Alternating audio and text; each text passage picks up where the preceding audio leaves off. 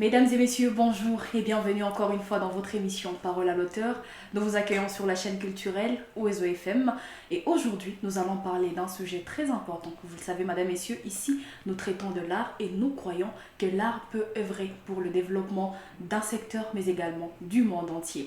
Et aujourd'hui nous vous accueillons donc dans cette émission Parole à l'auteur où nous allons parler d'un sujet très actuel, l'art, plus précisément le slam et la poésie, contre la haine et les stéréotypes communautaires. Vous le savez, mesdames, messieurs, notre ville a vécu une certaine situation, on ne va pas tout dire ici, mais vous le savez, et on a vécu des tensions, on a vécu des scènes de division, de traumatisme également, et nous pensons que l'art, l'islam et la poésie peuvent œuvrer pour remettre la paix où la haine tente de s'aimer des graines. Et pour en parler aujourd'hui, je reçois avec moi messieurs Mero Mégaphone, qui je dis bonjour et bonjour Mero. Bonjour Katia. Est-ce que ça va bien? Ouais, ça va très bien, merci de me recevoir. Je suis très heureuse de t'avoir aujourd'hui. C'est le cas aussi avec moi. Merci. Je suis également avec Patricia Kamoso, une des figures rares de slam et de la poésie dans la ville de Bukavu. Bonjour Patricia. Bonjour Katia. Je suis également ravie de t'avoir sur ce plateau. Tout le plaisir est pour moi. Merci beaucoup. Et aujourd'hui, tel que je le disais, nous parlons du slam et de la poésie contre la haine et les stéréotypes. Et chacun a sa propre définition du slam et de la poésie. On dira que ouais, c'est une forme d'échanter, c'est une forme de relater des histoires. Mais revenons d'abord à des définitions originales. Ici, l'islam est défini comme une forme de poésie orale, urbaine et engagée, déclamée en public, souvent sans musique. Il s'agit d'un art d'expression libre, né dans les années 1980, qui mêle performance, émotion et message social. Et pour le cas de la poésie, c'est une forme d'expression littéraire qui utilise les langages de manière artistique pour évoquer les émotions, des idées ou des images, souvent à travers des rythmes, des métaphores, de figures des styles. Elle peut être écrite, chantée ou dite. La différence entre les deux, on dira alors que le slam est donc une branche moderne de la poésie plus directe, vivante et populaire. Alors c'est ça la définition et chacun la définit en son sens. Quand on voit Patricia sur scène, on a sa propre définition du slam et de la poésie. Lorsqu'on voit Mero et on voit tous les autres artistes du slam et de la poésie qu'on appelle très souvent des slammeurs, même si c'est un mot qui n'existait pas en français, alors chacun a sa propre définition. Et donc pour en parler, je vais d'abord prendre mes invités. Mero, c'est comme je le disais, une figure incontournable dans le slam et la poésie. Il a influencé plusieurs personnes, des jeunes artistes qui veulent ressembler à Mero, c'est alors une icône. Mero, est-ce que tu es conscient qu'il y a tellement de gens qui sont derrière toi et qui savent que c'est toi qui les inspires? Oui, je suis vraiment conscient de ça, sauf que je leur donnerai un conseil même tout de suite là. C'est que ne cherchez pas à devenir comme Mero, soyez vous-même. Soyez vous-même. Vous pouvez copier 2-3 trucs sur moi, mais améliorer, faites mieux que moi, mais surtout restez vous-même. Très intéressant, très bon conseil. Ouais. Et pour le dire, une petite présentation de toi, Mero, c'est l'un des pionniers du Bukavu Slam Session, qui est un mouvement, moi je l'appelle comme ça, qui forme les artistes du slam ici et qui prône surtout ce mouvement. Alors oui, je suis un membre fondateur de Bukavu Slam Session. Aujourd'hui, bien sûr, que je ne dirige pas. Et je suis là depuis 2017 de manière active. Donc, pour me présenter, je dirais que je suis plutôt un coach des arts oratoires, vu que, comme tu viens de le dire, j'ai beaucoup aidé à certaines figures, en fait, à progresser et à trouver cette passion pour l'art. Et je suis aussi entrepreneur culturel surtout. Voilà, j'aime en tout cas ces mondes. C'est une passion, en fait. Très intéressant. Et pour le dire aussi, un hippie est sorti très récemment, Appel manqué. Oui, On en parlera tout au long de cette émission, mais d'accord. déjà on est en train d'inviter tous ceux qui sont en train de suivre à déguster. C'est typique comme le disait Christian Bouzango. En tout cas, il y a tellement de choses qui sont dites Ouais, dedans. il y a de la matière, les gars. Il faut écouter Appel banquier, je vous jure. Ils écouteront. Patricia, j'ai entendu une fois quelqu'un me dire j'aimerais devenir comme Patricia. Je lui dis pourquoi. Cette personne me dit c'est l'une des femmes qui me donne envie d'apprendre à la fois le français et le slam. Alors si on peut parler un peu de toi, À part la casquette de slameuse, mais également de poétesse artiste, qui est vraiment Patricia Camusso? Qui est vraiment Patricia Camusso? C'est une question un peu trop Connais-toi toi-même. profonde. Enfin, je me connais déjà moi-même, Non, mais je pense j'ai que... parlé à des Socrates. Voilà. Mais pour ce qui est de ça, je dirais que Patricia Camusso, au départ, c'est une femme, comme la plupart. Mais ce qui me distingue le plus des autres, c'est peut-être cet art que je fais, parce que je suis une artiste. Et moi aussi, j'ai été inspirée par Meru Megaphone. Oh là là, Ouais, ça que c'est vrai, beau. je dois le Ouais, dire. J'ai été coachée par lui, j'étais vraiment très petite quand j'ai adhéré à Passe-moi le mic. Mais ce qui est incroyable aujourd'hui, c'est que c'est moi justement la coordonnatrice de Bukavu Slam Session. Très intéressant, ça veut dire que tu as vraiment très bien joué ton rôle. Disons que j'ai progressé, j'ai travaillé. Surtout ça, j'ai vraiment travaillé et pour ça, je dirais que j'ai mérité de L'humilité avant diriger. tout. L'humilité Oui. avant tout. C'est bon ça, moi j'aime bien. Et comme je le disais... Elle a pris ce qui lui appartient, en fait. C'est très simple à comprendre. Bah Parce non, qu'il y a un ça truc, lui appartient pas parce que peut-être moi aussi j'aurais osé, mais ce n'est pas. Alors on débute avec cette émission. Aujourd'hui nous parlons du slam et de la poésie contre la haine et les stéréotypes. Comment les artistes peuvent s'engager pour notamment déconstruire toutes ces réalités qui ont été montées par des gens, par peut-être des tribus, par des fake news et tout. Et c'est aussi ce que j'étais en train de dire. Quand on vous entend prester, chacun a sa propre définition du slam et de la poésie. Il y en a même qui disent que l'islam c'est fait pour parler de l'amour, pour parler de goumin, pour parler de non, quand ça ne va pas, quand j'ai un peu de déception, alors je me mets à écrire, je me dis poète. Est-ce que c'est vraiment ça, Patricia, la définition? Moi, ce que j'aime en fait avec le slam, c'est qu'il est libre au départ. Il donne une très grande liberté d'expression. C'est que moi, je trouve qu'on peut parler de tous les sujets. Ce n'est pas que l'amour ou cette connotation qu'on a donnée à la poésie, tu vois. Quand tu fais de la poésie, c'est que c'est pour parler de l'amour et tout. Mais le slam en soi, c'est devenu un mouvement, non simplement pour nous, mais c'est mondial, en tout cas c'est international. C'est un mouvement qui s'engage à défendre des causes. Et c'est ça, au fait, qui fait, au fait, la différence entre le slam que nous faisons et la poésie classique. Mais même si je dirais que la poésie aussi, elle reste... D'une part, elle peut être aussi engagée, mais le mouvement slam a pris naissance justement pour être plus engagé. D'ailleurs, c'est vraiment la signification du mot slam, quoi. Slam, pour claquer, c'est dans un optique d'être vraiment engagé pour telle ou telle autre cause. C'est très intéressant puisque ça, je pense que ça permettra à plus d'un de comprendre que ce n'est plus qu'une histoire d'amour. D'ailleurs, l'art en général, ce n'est plus qu'une histoire d'amour parce qu'on va voir la musique, on va voir des cinémas. Ça a tendance à aller de l'autre côté. Pourtant, on peut l'utiliser pour le bien de tous. Et Mero, cette question te revient. Est-ce qu'on s'autoproclame slammer? Alors, lorsqu'on dit qu'on est slammer, c'est-à-dire qu'on est d'accord déjà avec soi-même qu'on est artiste. Et donc, l'artiste, tout le monde ne l'est pas. Donc, être slammer, ça demande en tout cas une dose nécessaire de créativité et surtout des disciplines parce que ça reste quand même une discipline académique, en ce sens que chaque jour, tu dois t'actualiser, surtout que c'est la liberté d'expression, toujours être dans ce qu'on appelle... work in progress, c'est-à-dire tu travailles chaque jour sur des nouvelles choses, sur ton expression et c'est très important. Alors le slam, moi je pense qu'il n'est pas limité comme l'a dit Patricia. Le slam ça reste un art qui met sur une scène, qui fait décliner à travers une scène tout type d'émotion, voilà, tout type d'expression. Par exemple, moi je trouve que personnellement, je suis plus à l'aise lorsque je parle des histoires qui affairent au monde des Nord-Américains. C'est ce que j'essaie de montrer en tout cas de manière assez générale.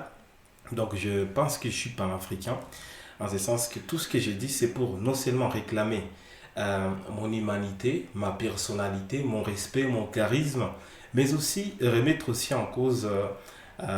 le travers de la société et plaider surtout parce que lorsqu'on est panafricain, Et grandissant bien sûr dans le Kivu, on ne peut pas rester indifférent à une situation dans laquelle je suis né, dans laquelle j'ai grandi et peut-être je risque même de vivre. Je n'espère pas en tout cas vivre dans cette situation. Mais voilà, c'est pour te dire aussi que je suis sensible, je connais très bien le Kivu. En tant qu'artiste et slameur, je connais les causes profondes de ce qui divise même la région. Et donc, c'est impossible pour moi de pratiquer un art aussi majestueux, comme l'a dit Patricia, un art en fait qui revendique, tu vois, à travers le monde, les slameurs, ils sont pas utilisés, mais ils sont consultés pour en fait mettre en évidence, mettre en exergue les causes les plus nobles de ce monde, tu vois. Et donc, je ne peux pas rester insensible, c'est pour ça que c'est important pour moi, à travers le slam aussi, non seulement d'émettre différentes sensations à travers mes mégaphones d'abord, différentes opinions, mais surtout d'émettre et de plaider pour ceux qui nous regardent directement, c'est-à-dire l'absence de la paix, de la cohabitation pacifique, tu vois. Mais on va le dire, lorsque toi tu commençais avec l'islam, il n'était pas vraiment assez connu comme aujourd'hui. Est-ce que ce sont vraiment ces raisons-là qui t'ont poussé à choisir essentiellement l'islam? Parce que, bon, peut-être tu pourrais te dire, tu deviens musicien, photographe, cinéaste ou autre, mais tu as choisi spécifiquement l'islam. Pourquoi toi tu as voulu faire ça Je vais à pas un te moment où mentir. vraiment c'était pas encore très connu? En tout cas, je vais pas te mentir. Déjà, à la base, je suis quelqu'un en fait qui touche à tout. Je sais faire plusieurs trucs. Je peux assurer la mise en onde, je peux prendre une caméra, je peux photographier, tu vois, je peux faire beaucoup de trucs. Mais avec le slam, pourquoi est-ce que c'est particulier? Et d'ailleurs, je crois que c'est même ça ma mission régalienne sur Terre. Je peux faire l'impression de parler parfois à tout le monde, mais ça n'a jamais été le cas en fait. Je suis quelqu'un qui est un peu, tu vois, je suis trop introspectif, quoi, tu vois. Je rentre souvent dans moi-même. Dans la plupart des cas, je vais être seul. Je n'aime pas trop les conversations qui se prolongent, tu vois. Honnêtement, je me sens mieux lorsque je suis seulement avec ce type de personnes qui me côtoient. Pour revenir à moi et pour revenir au slam, alors c'est très clair que je suis devenu slammer parce que en étant quelqu'un de trop introspectif, tu as besoin de restituer ce que tu penses, tes opinions. Sinon, tu en deviendras malade. C'est pour ça que les psys, il est toujours en fait là à l'écoute. Il demande à son patient, à son client de tout balancer pour se libérer. Et c'est ça. C'est comme une sorte pour moi d'expiation. Et ça reste très important pour moi d'être slammer, même quand peut-être on sera acculé par d'autres tâches de la vie. Je pense que on est slammer à vie. Et quelle est cette lutte, toi, Patricia, que tu portes depuis que tu as commencé, tu as choisi spécialement l'islam? On va dire une jolie femme. Très souvent, on va se dire, mais sa place est peut-être dans le cinéma. Mais toi, tu as choisi l'islam. Pourquoi? En fait, personnellement, au départ, c'était qu'une passion. Franchement, j'étais déjà depuis toute petite passionnée de la lecture, de l'écriture. J'ai vraiment commencé avec la poésie, la poésie classique, quoi, où il fallait compter les pieds. J'étais déjà une grande passionnée de l'écriture. Après, j'ai découvert le slam, mais pour parler des luttes et d'engagement, je dirais que je suis une fervente activiste des droits des femmes et des droits humains, de l'homme en particulier, alors enfin en général. Mais je m'attelle beaucoup plus sur les droits de femmes, déjà à cause de la situation dans laquelle nous vivons. Tout le monde connaît en fait c'est qu'être une femme dans le Kivu actuellement. Et c'est vraiment quelque chose qui m'a touchée. Surtout récemment, je dirais, je sais pas si c'est pour tout le monde, mais moi quand même, j'ai eu à ressentir cette peur liée au fait d'être uniquement une femme. Simplement une femme, de se sentir à un moment fragile après tout ce que tu peux être, après tout ce que tu peux dire. C'est que tu restes à un certain moment, tu as une certaine fragilité de femme qui ne peut pas te quitter au fait. Et cette peur d'être une femme dans le Kivu m'a encore rappelé que ma lutte a toujours été pour les droits de femmes depuis le départ. Et puis, comment tu fais maintenant pour exprimer tout ça? Parce que c'est un vaste sujet. C'est un très profond sujet également et il y a tellement de choses à dire là-dessus. Comment toi, en tant qu'artiste, tu arrives à l'exprimer? Au départ, je me suis retrouvée étant presque la seule fille et la plus petite dans le Passe-moi le mic. Alors, je voulais ne plus être seule au départ. Et c'est avec ça qu'on a pu créer le programme Slam au féminin. Et à travers ça, on a initié d'autres filles à intégrer le groupe. J'ai quand même essayé de toutes mes forces de les faire tenir parce que les femmes venaient et elles repartaient très vite, quoi. Je sais pas si c'était une certaine peur ou angoisse selon l'environnement, mais quand même, il y en a quelques-unes qui ont évolué. Et pour moi, la manière avec laquelle j'exprime cette lutte, c'est dans mes écrits. La plupart, c'est vraiment, ça parle de femmes. Et récemment, d'ailleurs, j'ai sorti une petite vidéo qui parlait de comment on fait.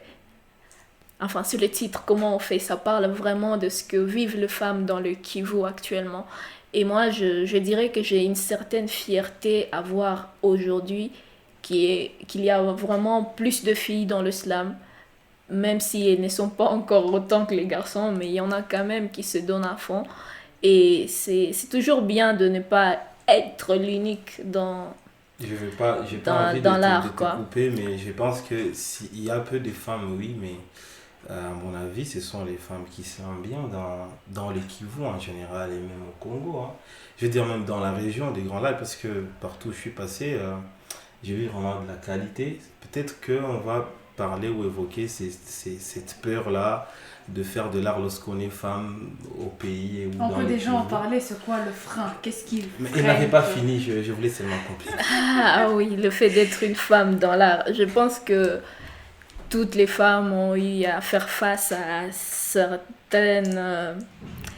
à certains murs quand elles commençaient l'art. Et je dirais que le tout premier, c'est la famille. La famille dans laquelle tu es né. Enfin, on choisit pas où on est, mais quand même, la famille, c'est comme le tout premier obstacle pour une femme quand elle veut faire n'importe quoi. Je dirais pas que seulement l'art, mais toute chose dans laquelle tu veux te lancer quand tu es une femme, le plus grand obstacle, c'est d'abord la famille. Surtout que on vit dans une société qui, au départ, ne permettait pas aux femmes de tout faire, de faire ce qu'elles veulent, quoi. Et c'est le plus grand obstacle auquel j'ai vu, en tout cas, beaucoup plus les filles se heurter. Mais moi, j'ai eu de la chance d'avoir déjà un père qui était artiste. Alors, ça passait un peu plus facilement avec mon père qu'avec ma mère et tous les autres membres de la famille. Mon père me comprenait plus facilement que tous les autres. Et je crois que c'était grâce à ça au moins que je suis restée dans cet art et que j'ai continué. Chose qui n'est pas commun à toutes les filles, tu vois. Il y en a certaines qui sont là, à un moment elles disparaissent quand il faut entrer dans des projets, dans des grands projets. Elles ne peuvent pas parfois parce que la famille n'est pas d'accord et tout ça. Mais après, il y a aussi, je pense que c'est le plus grand des obstacles, c'est cette peur et cette manque de confiance surtout. La plupart je sais pas, elles se disent qu'elles n'en sont pas capables au fait. Moi, j'ai toujours trouvé ça un peu bête, si je peux me permettre le mot. Je me disais que moi, j'étais quand même très petite à l'époque et je n'avais pas peur qu'on me fasse une reproche. Je n'avais pas peur qu'on me corrige. Je n'avais pas peur de montrer ce que j'écris pour avoir des corrections, pour m'améliorer. Et c'est ce qu'il y avait au fait avec les autres filles. Elles avaient peur dès qu'elles entrent dans Bukavu Slam Session. Elles voient Meru Presté, elles voient Achille, elles voient Elibaz. À l'époque, il y avait Pardieu, il y avait aussi le juif. Tellement de grands dans le slam. Elles se sentent un peu petites et elles se retirent facilement. Elles ont même peur de montrer les textes. De Victor Safari. Voilà, les Victor Safari, tu Non, mais vois, après- quand il y avait une certaine rigueur dans l'écriture en tout cas, et Des c'est ce Raphaël, qui nous a des permis Jospin d'être de ce que Mars. nous sommes, je dirais. Ouais, Donc on comprend que pour arriver là où vous êtes, ce n'est pas qu'une question de talent, c'est aussi une question de persévérance et de et discipline. des disciplines Parce et de beaucoup de qu'après, travail. on a l'impression que dans l'art de Bukavu, il y a vraiment peu de femmes. Peu des femmes. Et Justement. ce que toi tu viens d'évoquer, c'est vraiment important parce qu'après on est toujours derrière des stéréotypes, des obstacles tels qu'on le disait. Mais après, il y a aussi ce découragement. Tu vois, on a peur dès qu'on est en face de grands. C'est vrai que chacun a sa manière d'accueillir et dans chaque domaine, bon, peut-être votre manière d'accueillir qui fait un peu peur. Lorsqu'on a l'impression que les gens devant nous sont trop parfaits, du coup, on se dit, est-ce que moi aussi je vais arriver à ce Je point? pense que c'est là que vient en fait cette conception-là de confiance. Et surtout quand tu veux faire quelque chose, au départ, si tu as peur de prendre certaines initiatives, personne ne va le prendre pour toi. Parce que je me rappelle que la première fois que j'ai fait un spectacle solo, donc j'avais à peu près 45 minutes toute seule sur scène, personne n'est venu me dire prépare un spectacle solo. Mero n'est pas venu me dire prépare un spectacle à faire et tu vas le faire. Non, j'ai dit je veux faire un spectacle solo. J'ai écrit mes textes, je les soumets au plus grand pour qu'il me donne des conseils. Et c'est ce qui manque au fait aux filles.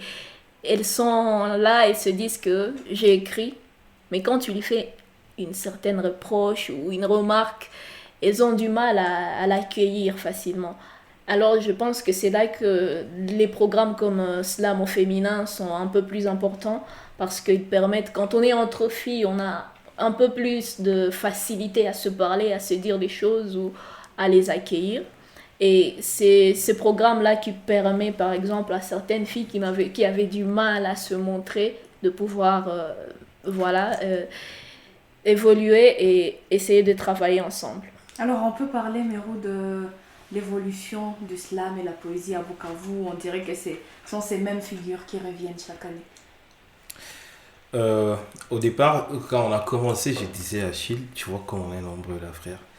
Et il me disait, ouais, je vois. Et puis je lui disais, tu vois, c'est ce qu'on finira peu nombreux lorsqu'on va, si on se décide d'avancer, on finira peu nombreux. Et c'est ça, en fait. Vous savez, lorsqu'il y a un courant, un mouvement qui commence, le monde n'a jamais été changé par plusieurs personnes. Et quand on a commencé le slam, c'était pareil, on était nombreux, c'était de la fougue, c'est tout le monde qui voulait le faire. Et puis voilà, aujourd'hui, on a compris. Maintenant que c'est devenu maintenant moins une passion, plus une profession, on n'est pas nombreux. Parce que là, on cherche à manger, on cherche à croûter, on cherche à évoluer maintenant dans la vie. Et donc, on doit être sérieux. Et quand on est sérieux, c'est-à-dire on est discipliné. Et la discipline, ce n'est pas fait pour tout le monde. Mais j'ai resté convaincu qu'à Bukavu, il y a beaucoup de slammers. Mais vous verrez peu sur scène ou peu avancer. Parce que peu ont compris en fait qu'il fallait être discipliné pour changer la donne sur terrain. Donc là, honnêtement, vous le disiez, j'ai sorti un épée, mais je ne sortirais pas cette œuvre en fait s'il n'y avait pas des bons challengers comme Patricia, comme Jenny Paria, comme Achille Argus, c'est comme Bazir, tu vois, c'est la région. Comme Joey Kayaga au Burundi et comme Slamasta par exemple. Donc tu te rends compte que c'est grâce à eux que la fougue reste et que tu n'es pas les seuls et qu'il y a quand même un espoir. Donc si on est resté peu nombreux, ce n'est pas parce que le slam a écarté certaines figures, mais c'est parce que le slam est d'abord discipliné lui-même. Et donc il te demande aussi des lettres pour continuer de collaborer ou de flirter avec lui, tu vois. Moi, je suis déjà dans une relation sérieuse avec lui. Donc, tu vois, ce n'est pas du flirt. Donc, je disais, il y a beaucoup ont flirté avec, mais ceux qui ont préféré, ils sont maintenant en train d'évoluer. Et voilà, je crois que on est en train de donner notre part et Dieu pourvoira. C'est ça. Le slam a fait vraiment son chemin. Ce n'est pas seulement le cas à Bukavu, tu sais, hein, parce qu'à Goma, on va encore noter les mêmes personnes sur scène. Les Osé Electra ou les Jenny Paria. Au Burundi, d'ailleurs, là, c'est encore un peu calamiteux parce que tu vois, les mêmes personnes des années 2012, ils reviennent encore sur scène, le Slamasta. Aujourd'hui, c'est la seule personne qui fait vibrer, je crois, la scène urbaine, oratoire, surtout de l'autre côté de Bujumbura et du Burundi. Voilà, donc, comme je disais, en bref, c'est une question juste des disciplines pour continuer à rester slammer. Même pour les musiciens, je pense. Ça, c'est vrai. Et moi, je suis contente aujourd'hui d'avoir deux personnes sur ce plateau qui sont vraiment très calées dans la matière, c'est-à-dire une défenseur de droits de la femme des droits de l'homme en général et des droits de la femme de manière particulière dans le Kivu. Ouais. Il y a un panafricaniste avec nous et qui a vécu les situations du Kivu. Et aujourd'hui, nous parlons des stéréotypes, nous parlons de la haine. Nous avons vécu des choses à Bukavu, nous avons vécu des choses dans les Kivu. On va te dire, telle tribu n'est pas la tribu des bonnes personnes, faut pas te marier là, faut pas avoir des enfants là, faut pas avoir de relations, cherche pas à aller travailler dans une entreprise parce il se passe ceci, il y a que les gens de telle tribu qui sont là. Et nous, à travers là, nous voulons vraiment combattre ça, à travers le slam précisément, parce que vous le disiez, c'est un art très engagé. C'est un art qui déclame, qui réclame, qui dénonce également. C'est un art qui montre les choses telles qu'elles se passent. Alors la question, c'est premièrement, Mérou, comment un slammer dans notre milieu peut arriver à déconstruire ces genres de stéréotypes, déconstruire ces divisions, ces haines, déconstruire cette manière de faire de certains où on se dit, telle entreprise, tu ne peux pas y rentrer si tu n'es pas un mouchi, si tu n'es pas un Morega, si tu n'es pas un Mubembe. Comment un artiste slammer peut arriver à démonter ce genre de stéréotypes? J'apprécie déjà la problématique que tu viens d'élucider. En fait, j'ai grandi dans tout ça et malheureusement, je continue de voir tout ça. Mais alors le slam, comment est-ce qu'il contribue ou un slammer surtout parce qu'il s'agit de... Tu sais, le slam, lui, n'est qu'un moyen de transport. Mais parlons plus des slammers ou des artistes. Lorsque on grandit dans une région où il y a beaucoup de conflits comme dans la nôtre, je pense qu'on doit d'abord être cultivé. Parce que oui, je vais pas te mentir, je crois que moi aussi, dans ma croissance, j'ai failli croire à ça, que voilà, je peux pas flirter avec une fille Rega ou je sais pas, une Rwandaise ou une Mubembe. En tout cas, moi aussi, à un moment donné, je pouvais tomber dans ces pièges. Mais j'ai compris que c'était de la naïveté de nos parents. C'est vraiment de la naïveté et je les plains énormément. Aujourd'hui, quand on est artiste et slammer, on doit d'abord chercher à être cultivé, c'est-à-dire à connaître les causes profondes. Et quand on connaît les causes profondes, on sait prendre un micro et de dire en fait ce qui se passe, de montrer ce qui est vrai. Et c'est pour ça que tu vas te rendre compte que nous sommes tellement investis dans ce genre de questions. Patricia disait tout à l'heure qu'elle travaille beaucoup plus sur la question afférente aux droits des femmes. Et c'est vrai, pourquoi? Parce qu'on a eu des partenaires sérieux. On a travaillé et on continue de travailler avec AFEM. On a travaillé même avec la Fondation Panzi. Et donc, en tant que slammer, on est des consultants pour venir en fait montrer de la lumière aux panélistes, tu vois, aux conférenciers, au public, tu vois, et à la population en général, pour leur exposer déjà les problèmes et de leur montrer ce que peut être la solution. Parce que, souviens-toi que dans la résolution des conflits, il n'est pas question de résoudre comme ça, tic-tac, un conflit. Nous, on apporte plutôt des pistes et des solutions. Hein, il y a un processus qu'on apporte d'espoir pour gérer des problèmes profonds, j'allais dire. Et à côté de ça, on est aussi investi dans la cohabitation, dans la question de la cohabitation pacifique. Et là, depuis, je crois, depuis 2021, avec la Bénévolencia, on a intensifié beaucoup d'activités liées à ça. On a même conçu une anthologie, Patricia, Oui.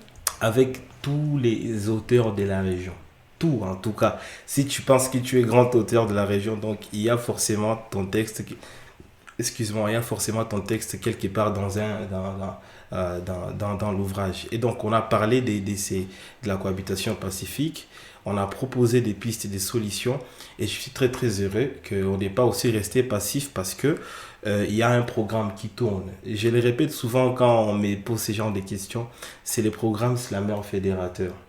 Avec ces programmes, 5 villes sont touchées dans la région, Bukavu, Goma, Butembo, Kigali et Bujumbura, où chaque semaine, des vidéos sont diffusées sur des plateformes de Meta ou de YouTube et même des chaînes des médias pour en fait prêcher sur la cohabitation pacifique à travers différentes thématiques qu'on donne chaque semaine.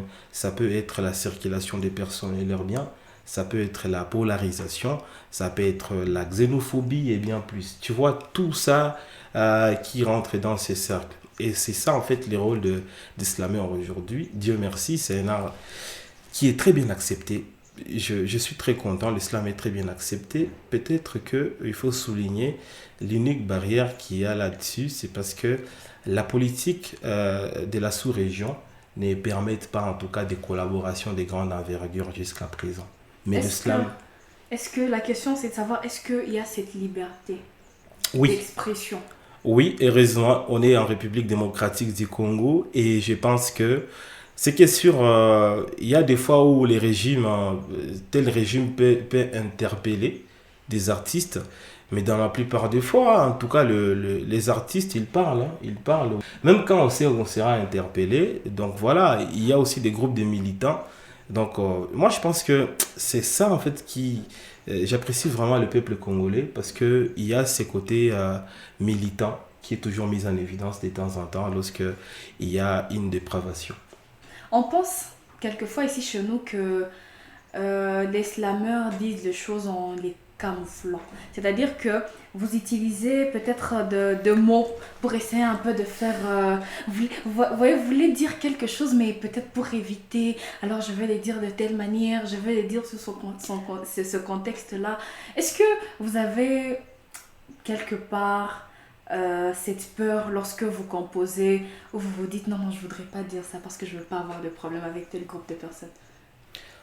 Euh, Comme je t'ai dit, chère Katia, la question n'est pas de savoir si... la question n'est pas à ce qu'un slammer puisse créer des discours qui vont diviser des communautés. Ça n'a jamais été le cas, je pense. Et c'est pour ça que j'ai dit, lorsque un artiste slammer, il est cultivé, normalement, il ne va pas aller à dire des choses ou alors utiliser son art, le slam, un art aussi sain comme ça, pour aller insulter des communautés ou les diviser. Non. Mais ce qui est sûr, c'est que lorsque quelqu'un il connaît déjà ces causes-là, tu le mets sur un papier d'abord et puis tu vas sur scène, tu leur dis, voilà, les gars, je pense que dans la région, on a remarqué qu'il y a plusieurs choses qui divisent les communautés. Pourquoi ne pas appréhender peut-être ces chemins pour voir si on peut se rassembler? Donc c'est ça en fait la mission régalienne du slam et surtout des artistes et slameurs. Il faut connaître les causes. Si on ne connaît pas les causes, on ne saura jamais l'exposer devant un public. C'est très essentiel, tu reviens sur des notions essentielles également. Parce qu'il y a des gens qui se notamment. laissent voilà, baratiner par ce qu'on appelle une haine viscérale, hein, tu vois. Hein. Oui. Parce que tu as entendu une telle communauté à Goma, tu vas en studio et tu dis que tous ces gens rentrent chez eux.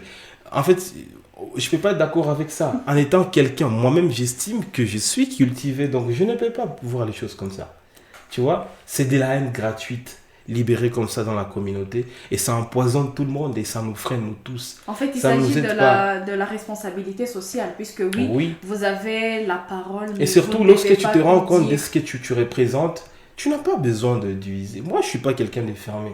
J'ai besoin d'aller là-bas à Kigali ou à Bujumbura, m'émanciper sur plusieurs scènes, tu vois. Et, Parlant de ça, je pense, si oui, je peux me permettre de rajouter, vas-y.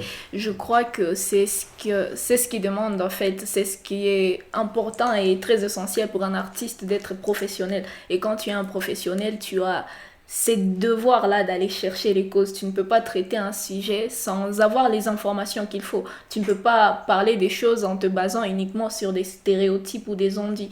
Et je pense que c'est comme ça que cette vague de haine s'est répandue pour ce qui est des tribus.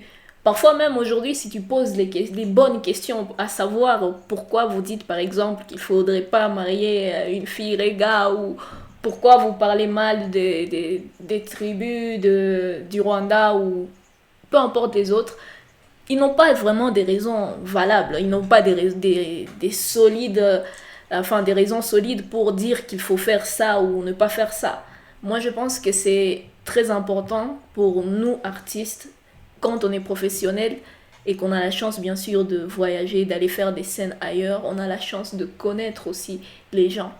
On a la chance d'être un peu proche de ces personnes-là. Et quand tu es proche de quelqu'un, tu peux savoir facilement dire il est comme ça ou il n'est pas comme ça. Mais quand tu ne vois que cette personne que de loin et que tu n'entends que des choses que tu n'as jamais vécues. Au fait, par exemple, tu es ici à Bukavu, tu n'as jamais traversé la frontière, mais tu te permets quand même de juger les gens sans les connaître. Ou par exemple, tu n'as jamais côtoyé des gens d'une autre tribu que la tienne, mais tu te permets quand même de les juger. Et c'est comme ça, en fait, qu'on continue à faire progresser la haine et tous ces stéréotypes-là. Et je pense que la manière avec laquelle l'art ou le slam en particulier peut aider à changer cela, c'est euh, avec l'influence qu'on a en fait. C'est qu'on nous écoute.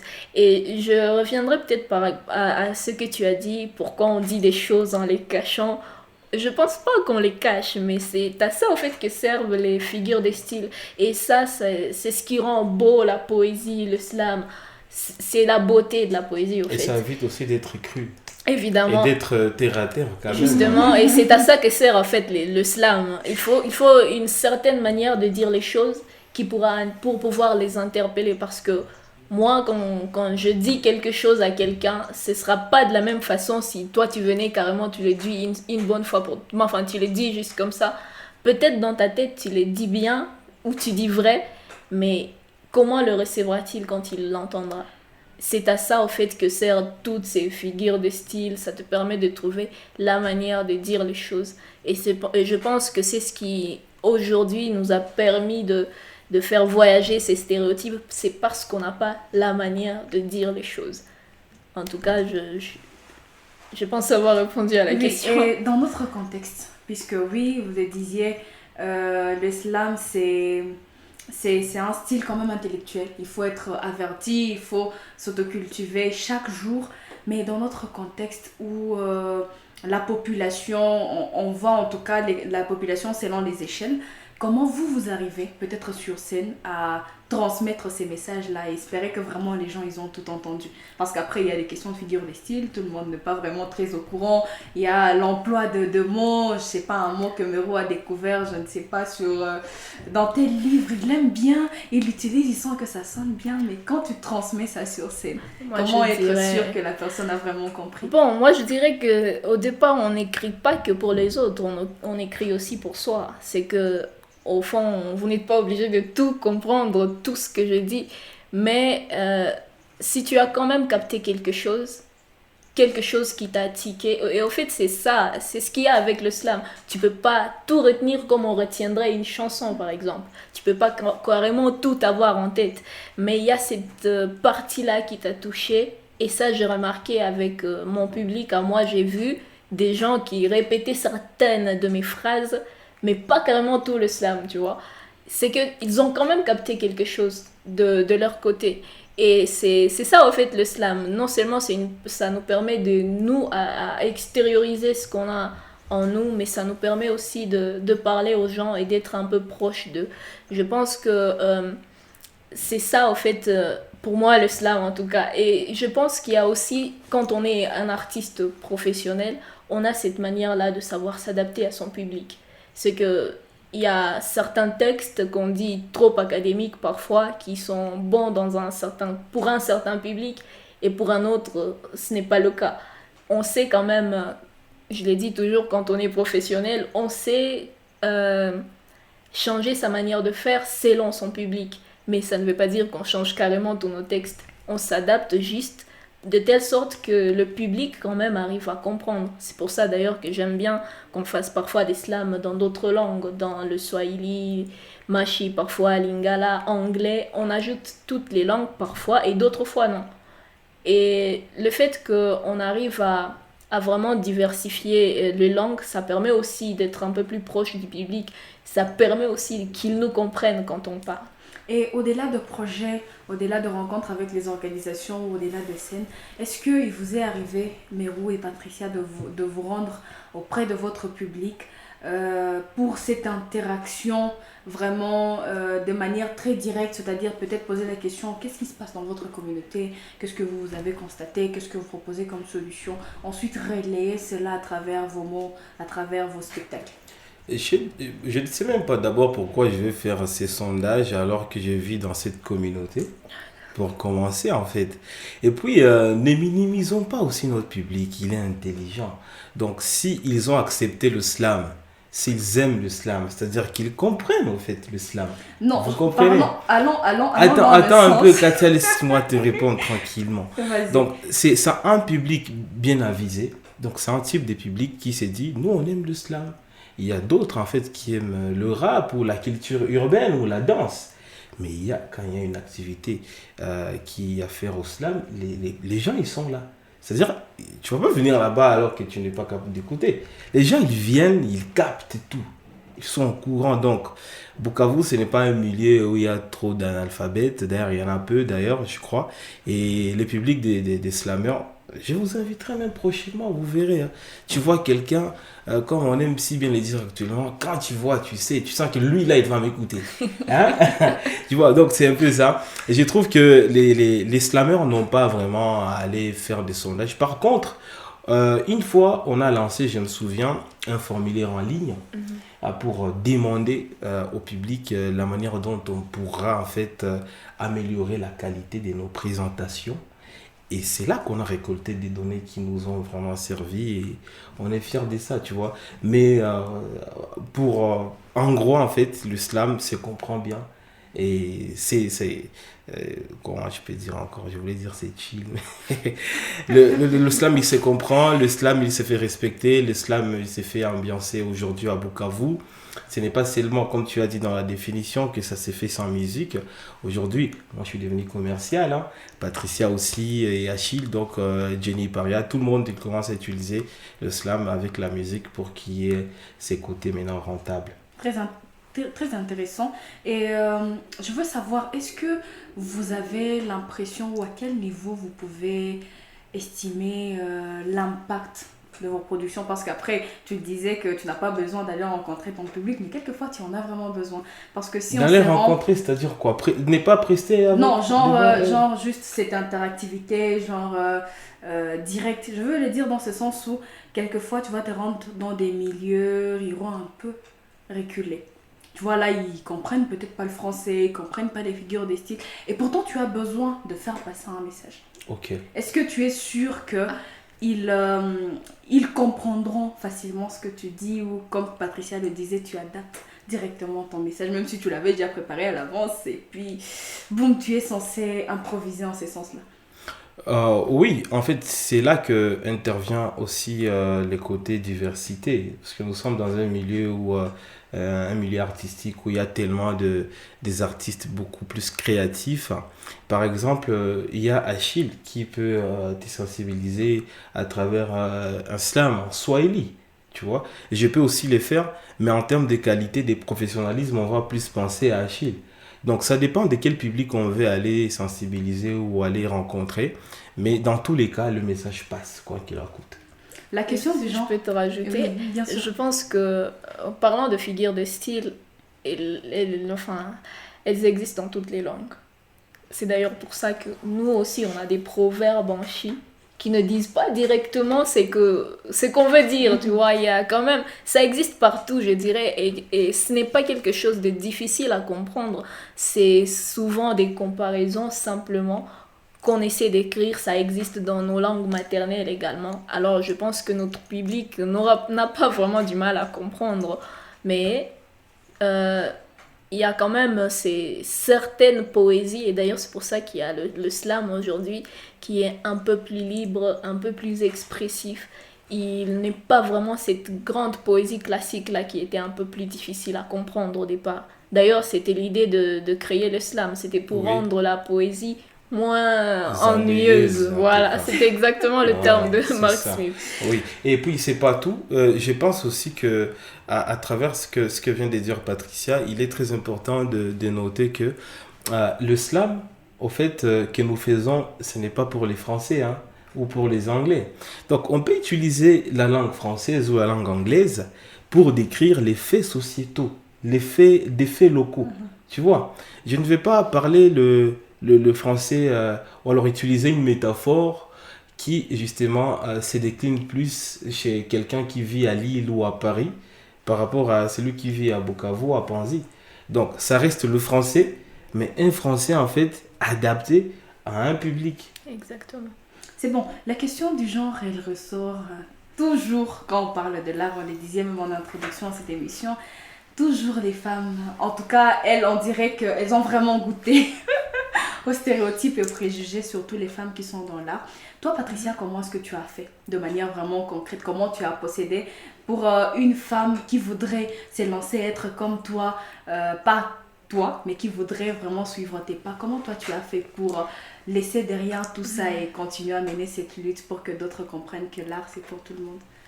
Je dirais, en gros, ou en bref, j'ai beaucoup de kilos. Pourquoi je dis ça? Parce que à un moment donné, j'avais un entourage qui me disait que moi j'étais une briseuse de règles. C'est que je ne suivais pas nécessairement le chemin qu'on voulait que je suive. Je ne m'arrêtais pas là où on disait que je dois m'arrêter. Et je pense que c'est ça au fait qu'il faut aux femmes. Il nous faut du kilo. Il nous faut ce culot-là d'aller chercher ce qu'on ne nous a pas nécessairement donné. D'aller faire ce qu'on ne nous a pas nécessairement permis de faire. Quand on veut le faire, il faut le faire. C'est ce que je dis toujours. Ça dépend souvent de ta volonté à toi. Mais je pense que les femmes, oui, ont vraiment... Il y a ces stéréotypes qui reviennent toujours. Quand on juge des femmes, des artistes, on dit qu'elles ne peuvent pas faire ceci sans faire cela. Tu peux pas être à ce niveau sans avoir nécessairement fait ceci. Et moi, je me dis que... ça dépend aussi du mental. Tout ce qu'il y a de professionnel au monde, il faut un mental assez fort. Quand tu ne l'as pas, franchement, tu ne peux pas tenir. Ni dans l'art, ni dans le commerce, ni dans le monde de l'entrepreneuriat. Il faut le mental avec. Il faut le mental qui va avec. Et mon mental à moi, c'était, j'ai un objectif, j'avance. Il y a des gens qui parlent à côté, qui disent des choses, mais au fond, est-ce que ce qu'ils disent me change moi, en fait? Si je leur permets, si je leur donne cette importance-là, ça va changer tout ce que j'ai construit, tout ce que je dois faire. C'est que moi, en fait, je ne suis pas du genre à suivre ce que les autres disent. C'est pour ça qu'on dit que je suis une briseuse de règles. Je ne suis pas nécessairement ce que les autres disent. Je suis ce que je me dis qui est au fond bien pour moi et ce que je veux faire. Et c'est ce qui est difficile à faire pour certaines femmes aujourd'hui. C'est que tu entres là-dedans, tu n'as pas le mental qu'il faut, en fait. Il faut le mental qui va avec. Et pour ça, je me dis qu'il faut aussi s'entourer de bonnes personnes. Parce que l'entourage aussi finit par changer le mental des gens. Ça, je dirais que c'est de manière générale. Quand tu vois des personnes qui sont mal entourées, tu le vois, tu le sais au fait. Et c'est ça qu'il faut voir, pour les femmes en tout cas, c'est un conseil que je donne. Entoure-toi des bonnes personnes. Tu veux être à ce niveau-là? Entoure-toi des gens qui sont à ce niveau-là, va vers eux. N'aie pas peur de poser des questions, n'aie pas peur de faire des erreurs, ça arrive, il faut que tu le fasses pour progresser. Et je pense que, en tout cas, il faut vraiment avoir le mental pour arriver à dépasser ces stéréotypes.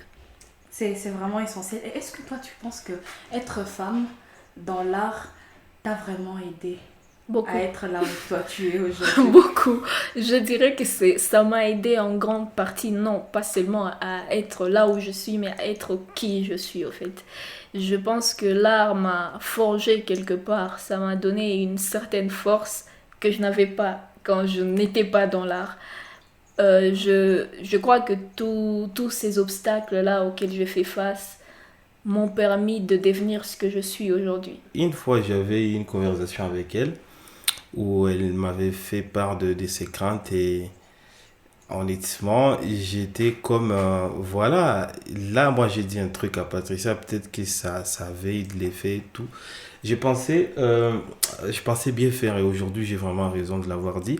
Je lui ai dit, en fait, si tu laisses tout ça, est-ce que tu vas créer un héritage? Est-ce que tu vas donner quoi aux petites sœurs, en fait, qui te regardent? Et donc, moi, je crois que son impact, surtout dans l'art aujourd'hui, est plus grand même que le mien ou que d'autres artistes, en ce sens que ça a donné du goût, non seulement au respect de la femme, à la connaissance de soi et au respect de soi, mais aussi à ceux qui voulaient aussi, ils ont intégré les mouvements slam grâce à elle. Et donc, tu vois, c'est un impact qui n'est pas seulement limité sur elle. C'est pour ça qu'elle a beaucoup mon respect. C'est très important. on comprend que ce n'est pas que de la passion, c'est plus de la discipline, plus de la volonté, de la persévérance, plus s'entourer des bonnes personnes. Et dans la philosophie de l'émission, on doit finir par un message. Est-ce que, Mero, tu as un message à lancer? On parlait déjà de ce Tipeee, appelle-moi. Ok, donc là, je vais maintenant avoir deux messages parce que en tout cas, je serai bref et concis. Le tout premier, c'est que je suis sur plusieurs plateformes d'écoute digitale, Spotify, Deezer, YouTube. Allez suivre mes œuvres. Il y a Soleste et puis il y a Appel manqué. C'est de la fraîcheur, c'est voilà quoi. Il y a de quoi se mettre à l'aise lorsqu'on écoute du slam. Parce qu'à côté, vous allez aussi découvrir quand même, il y a de la passion dedans, du soul associé au, tu vois, quand je dis le soul, c'est voilà, un genre de musique apparu aux États-Unis pour tout simplement faire bouger les côtés contestateurs, j'allais dire, des Nord-Américains par rapport à leur à tout ce qu'ils subissaient comme injustice. Et donc j'ai utilisé cette musique avec un peu de groove, un peu de vibe pour faire passer mon message qui s'appelle Appel manqué et qui a 7 titres, lesquels vont vous permettre en tout cas de vous évader dans ma pensée, dans mes opinions et de trouver vous-même votre propre chemin, votre propre voie. Le tout dernier message, c'est que la paix gagne. Patricia, est-ce que tu as un message, un conseil, une orientation à ceux qui nous suivent sur la chaîne culturelle Oizo FM? Je dirais que mon message, c'est à tous ceux qui veulent se lancer dans le slam et le mental pour ça. Et après, je lancerai aussi un message de paix pour ma région. Je pense que c'est quelque chose qui nous touche tous et en tout cas, ce n'est pas seulement une prière, mais c'est aussi une revendication. Et on espère qu'on aura notre paix. Très bientôt en tout cas, on n'espère pas vieillir dans cette guerre. Merci beaucoup Mero, merci Patricia d'avoir participé à Parole à l'auteur, c'était vraiment riche. On a parlé d'un sujet très spécifique, la haine, les préjugés, tout ce que nous savons vivre et puis voir comment l'art, l'islam et la poésie peuvent y contribuer. Les normes clés ont été partagées. Merci donc pour votre disponibilité. Merci d'avoir surtout accepté de partager les quelques clés. Donc merci en tout cas de contribuer à l'art et d'amener les autres à suivre vos pas. Merci beaucoup. Merci Mero. Merci Katia. Merci Madame, Messieurs, vous étiez en train de suivre l'émission Parole à l'auteur présentée par Katia Amina. Merci à Sami Baloumé, merci à toute l'équipe de Oizo FM. Continuez donc à soutenir l'art local parce que oui, c'est un réel outil de changement.